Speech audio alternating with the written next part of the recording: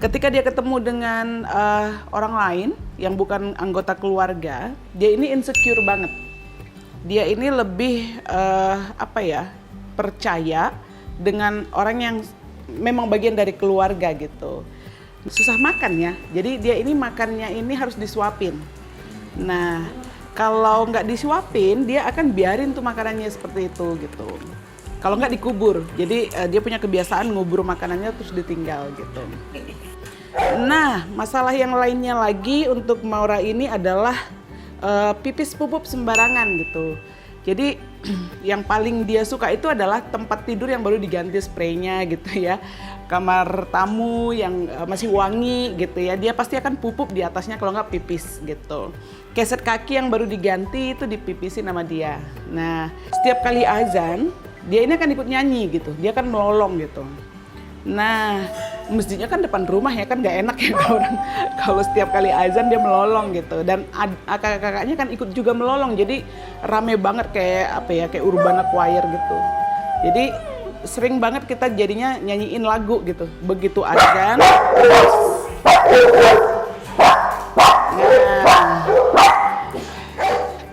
itu salah satu contohnya ya. Jangankan panci jatuh ya. Maura ini kita kenal dengan nama provokator. Jadi dia kan ngasih tahu ke adiknya, ke kakaknya something happen gitu ya. Terus nanti kakak sama adiknya itu langsung yang bereaksi. Sementara dia tetap di tempatnya gitu loh.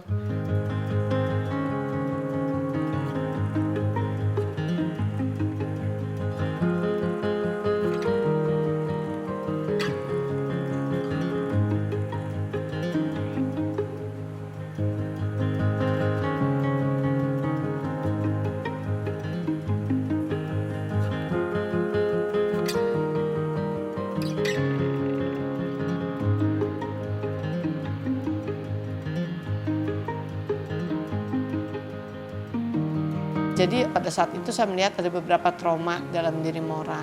Artinya Maura memang dalam perjalanannya waktu dia di luar ya, dia merasa bahwa dia terancam dengan orang-orang yang totally dia tidak kenal, orang asing gitu. Dan itu terbawa sampai pada saat dia diadopt dan masuk ke dalam rumah. Dia merasa dia tidak pernah bisa trust dengan siapapun, terutama orang asing. Nah, jadi di situ saya melihat itu begitu dalam perasaan ini, sehingga Maura ini benar-benar tidak pernah bisa santai, tidak bisa rileks ya. Jadi kalau siang pun dia, siang dan malam itu dia benar-benar terjaganya penuh gitu. Ada suara sedikit dia akan bangun dan sebagainya. Nah, jadi saya berusaha untuk melakukan terapi dengan masuk ke gelombang alfa, lalu mulai masuk dengan alam bawah sadar dia, dan memberitahu bahwa orang-orang yang ada di sekeliling dia itu adalah orang-orang baik. Seisi rumah itu sayang sama dia. Jadi tidak perlu lagi ada yang Maura khawatirkan, dicemasi gitu ya. Kenapa? Karena Maura sudah aman sekarang. Dan menurut saya perkembangan Maura ini sangat bagus sekali. Dia dengan cepat sekali dia menangkap pesan yang disampaikan. Dengan pertemuan kedua kali sudah terlihat sekali perubahannya itu sudah signifikan banget. Jadi yang tadinya Maura itu gemetar datang ke klinik. Nah, jadi sesudah kedua kali bertemu dia malah explorernya itu muncul gitu ya. Kepo banget gitu. Jadi di klinik itu dia kesana kemari, deketin semua orang. Dan dia malah begitu enjoy gitu ya. Jadi begitu benar-benar relax banget dan sangat menikmati dia ketemu dengan orang-orang baru.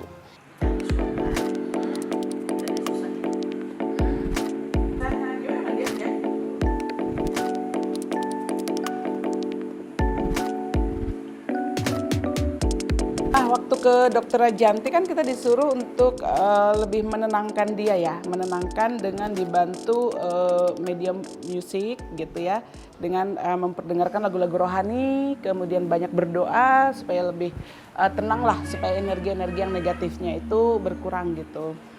Dan aku pikir itu ngimpact banget karena setiap kali kita puterin dia lagu-lagu Christmas gitu ya, atau lagu musik-musik klasik, dia ini tenang, dia tidur, bahkan dia akan tidur di sini. Terus bahkan kalau ada azan atau suara-suara lain dia akan bangun gitu, dia akan tidur gitu. Dan ini kan jarang banget tidur nyenyak kalau siang, bahkan hampir nggak pernah dia tidur siang gitu. Tapi kalau kita puterin musik, terus kemudian jenis-jenis lagunya juga lagu-lagu yang menenangkan, dia pasti tidur gitu. Bener-bener tidur siang. Gitu. Saya happy banget melihat Mora sudah bisa tidur, ya, rileks, yang benar-benar dia sudah tidak terganggu lagi dengan suara-suara yang ada dari luar gitu loh. Dan atau orang-orang asing itu dia sudah jauh lebih welcome. Ya, jadi menurut saya itu baik banget untuk Mora, dan yang terpenting itu pasti lebih sehat buat dia.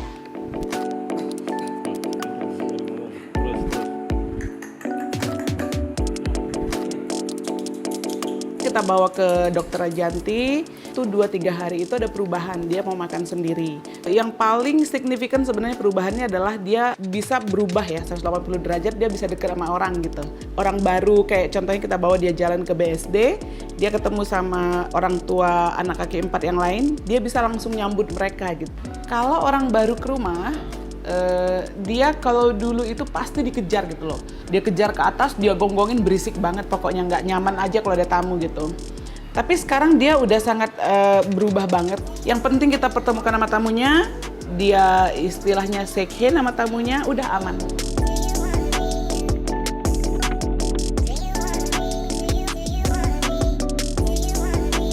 Nah, kita curhat juga ke dokter Rajanti, kita disarankan untuk ngasih dia satu tempat spot yang kering. Ini sih yang masih jadi PR kita, makanya kita akan terus konsul ke dokter Rajanti untuk masalah yang satu itu.